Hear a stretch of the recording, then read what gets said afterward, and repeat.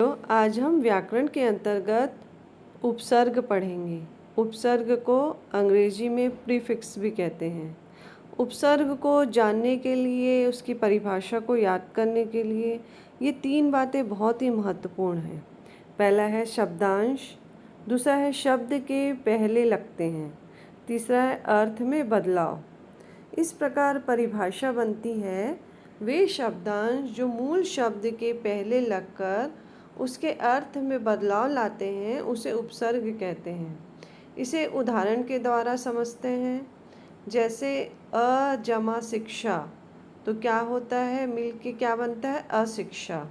शिक्षा के आगे अ लग गया, अ क्या हुआ, हमारा उपसर्ग, तो इसका अर्थ ही बदल गया, अशिक्षा। ऐसे ही दूसरा उदाहरण है कु जमा पुत्र, तो क्या हमारा शब्द बन गया, नया शब्द कुपुत्र। पुत्र हमारा शब्द था, इसके आगे कु उपसर्ग लग गया, तो ये क्या बन गया, कुपुत्र। अब हिंदी में 3 प्रकार के उपसर्गों का प्रयोग होता है। पहला है संस्कृत के उपसर्ग, दूसरा है हिंदी के उपसर्ग और तीसरा है अरबी फारसी के उपसर्ग। अब संस्कृत के उपसर्ग को उदाहरण समेत समझ लेते हैं। उपसर्ग है अ, इसका अर्थ क्या होता है, अ का अर्थ होता है अभाव या निषेध। उदाहरण है अज्ञान, नए शब्द बन गए, अज्ञान, अधर्म, अन्याय। ऐसा ही दूसरा उदाहरण है अभी।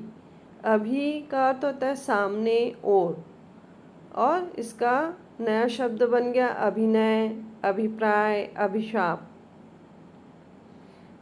ऐसे ही अनु, अनु का अर्थ होता है पीछे, और इसके अर्थ में क्या बदलाव हो गया, अनुरूप, अनुकरण, अनुज। अधि, अधि का अर्थ होता है ऊपर, श्रेष्ठ, अधिकार, अधिपति। तो ये संस्कृत के उपसर्ग होते हैं। अब दूसरा होता है हिंदी के उपसर्ग। हिंदी के उपसर्ग समझ लेते हैं। जैसे उपसर्ग है चौ, चौ का अर्थ होता है चार। उदाहरण से द्वारा समझते हैं। जैसे राह के आगे चौ लग गया, तो क्या बन गया, नया शब्द चौराहा, चौपाल, चौमास। ठीक है। अब सु, सु उपसर्ग है, इसका अर्थ होता है अच्छा। शब्द हमारा बन गया सुगम, सुजान, सुपुत्र। ऐसा ही और एक भरा, भरा का अर्थ होता है पूरा। पूरा का अर्थ होता है, पूरा का उदाहरण द्वारा नया शब्द बनता है भरपेट, भरपाई, भरमार। अगला शब्द है अध, अध का अर्थ होता है आधा, अध खिला, अध मरा, अध पका। अब अरबी फारसी के उपसर्ग, तीसरा है अरबी फारसी के उपसर्ग। तो उपसर्ग है गैर, गैर का अर्थ होता है बिना, गैर हाजिर, गैर कानूनी। हम का अर्थ होता है समान, हम उम्र, हम शक्ल। बद, बद का अर्थ होता है बुरा, बदनाम, बदसूरत, बदबू। सर, सर का अर्थ होता है मुख्य, सरपंच, सरताज। अंत में यह उल्लेखनीय है कि उपसर्गों का स्वतंत्र प्रयोग नहीं होता है।